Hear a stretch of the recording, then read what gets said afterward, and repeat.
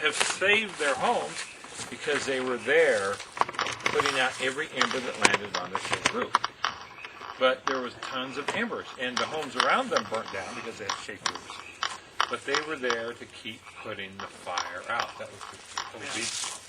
But see, now, so all these things, and that's why we're walking around the deck, is all these things are going to contribute to the probability. And the fire's not even here yet.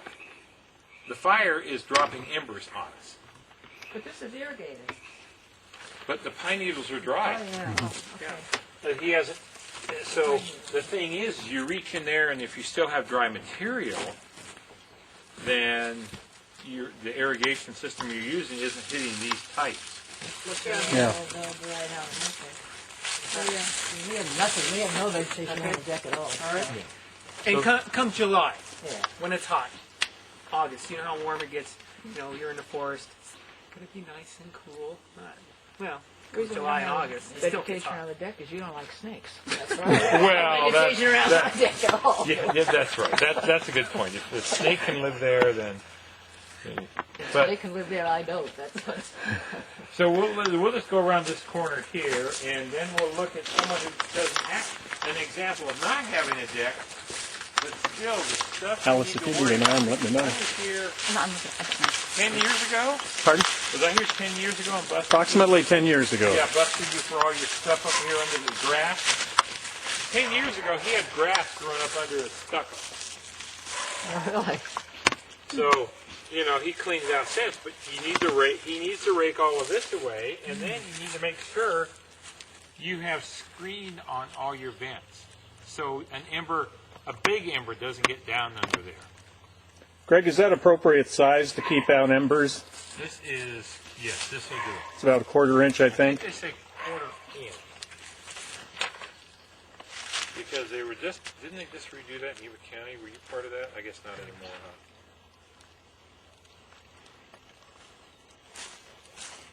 I believe it's 1/4 inch screen. I'm going to write that down to make sure that I address that later. I believe that's all code too, isn't it, in the building Yes. code for... But you know what? The code was not 1/4 inch screen until recently for the attic vent. It was only for this because this kept vermin out. But the attic, it was just, it's only a recent in Yuba County for the attic vent, the screening. So keep the deck clean. Some people will box their decks in with solid material. You know, it's your style, but you still need to clean under it because most decks, you know, right here, there's a whole bunch of pine needles here that I'll pull out.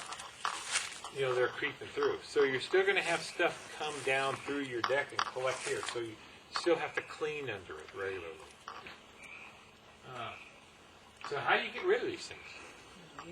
I have a little thing that's got a hook on it you can buy in garden things. Yeah. And you just walk across the deck and you just pull it through the slats and it cleans it up. Now, do we have to do this all the time?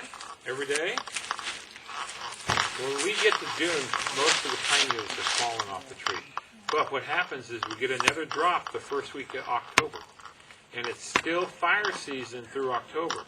So then you have to go back there in October and clean it again. Or just be aware that you may have more needle drop. both fires we've had it for in October. Yeah, I've forgotten the dates. I'm supposed to have those in my brain. Huh? I still have the 49er fire September 9th in my brain. But, Remember that one too? huh? Remember that? Yeah. That was more of a... anyway. Greg, I was going to ask you in terms of these bushes over here. I was just going to address them right here. Great. There's a bush right next to it. Now, in our little... Did you guys bring the little handout? So how high are these bushes? 5 or 6 foot. So then they should be, since they are a bush that is not irrigated, they're not an ornamental bush, they're a native. So we need to have these bushes be how far away from the house or other bushes? 100 feet? Well, no, remember the little... Oh, the little calculator. Well, they're going to have to be, they should be 6 times, well, what kind of slope? We kind of flat slope here. 6 times 2, 12 feet. These are really kind of pushing stuff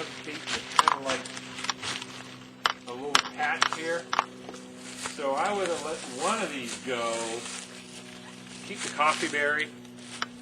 The coffee berry is less flammable than, carries less barrels of oil than the toyon and the live oak in there. And the coffee berry is a lighter plant. Does that make sense? It doesn't have as much heat in it when it burns.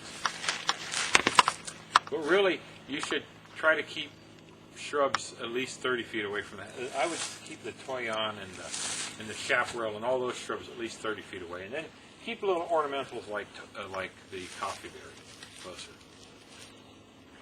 They just don't harbor the heat. Now, a little toyon, but I would still, again, I'd use that rule.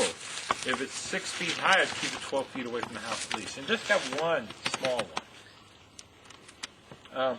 Now, we talk about borders. If you live next to a road, you can stagger your plants. You can have 2 rows of plants, so you still have that visual border within the road. So that's something that you, or bring up the black oak. Turn the black oak into a shrub, because black oak doesn't have the leaves on it that will carry fire as much as some of the other plants. There's another oak we call scrub oak. Is that? It's not black oak. It's Does it have leaves on it year round? no. That's we call Live that oak. hollyberry or something. But there's 2 different oaks up here. There's that hollyberry oak too. But Well, there's a blue oak up here that doesn't grow very oak. big. blue Yeah. oak. Yeah, Yeah, we it's call the it blue oak. scrub. Some people call it white oak because it has white colored bark.